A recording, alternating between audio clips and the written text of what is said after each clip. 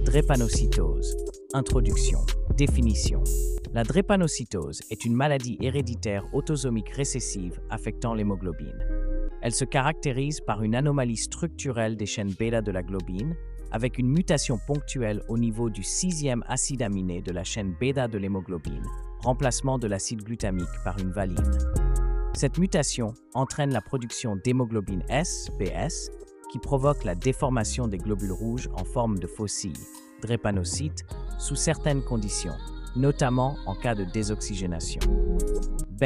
Intérêt. L'intérêt de l'étude de la drépanocytose est double. Épidémiologique. Il s'agit de l'une des maladies génétiques les plus fréquentes au monde, touchant particulièrement les populations d'origine africaine, méditerranéenne et antillaise. Pronostic.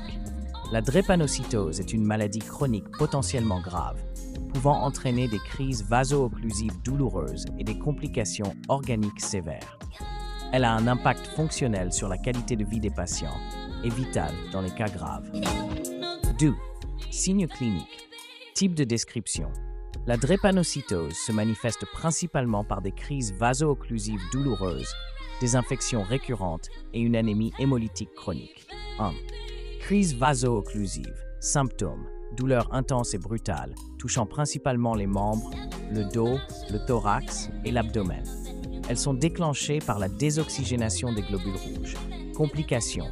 Infarctus osseux, syndrome thoracique aigu, accidents vasculaires cérébraux, AVC, atteinte rénale, nécrose de la tête fémorale. Anémie hémolytique chronique. Symptômes. Fatigue, pâleur, ictère et splénomégalie chez l'enfant. Complications.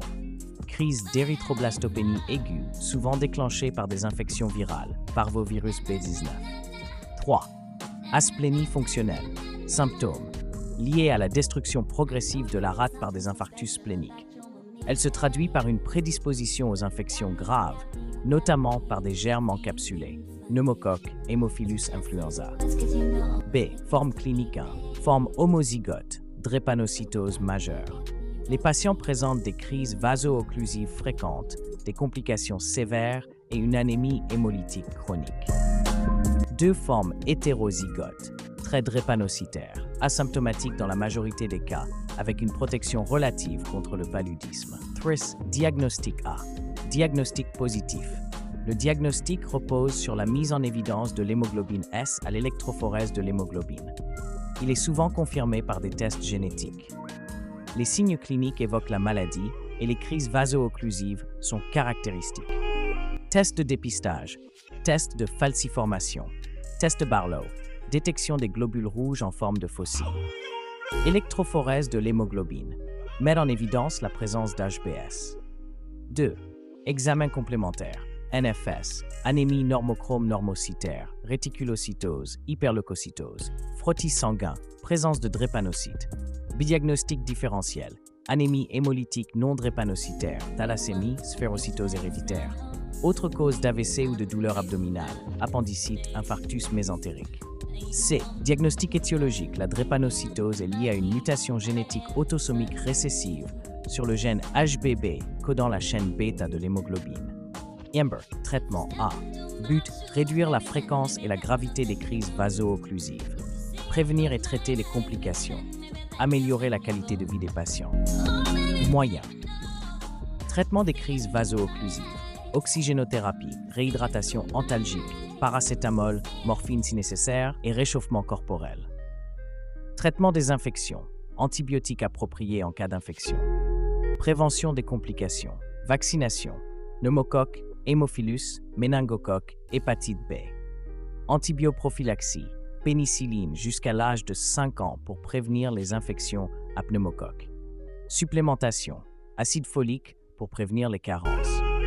Transfusion sanguine. En cas d'anémie aiguë, d'AVC ou de complications graves. Érythraphérèse en cas d'indication spécifique. Prévention d'AVC.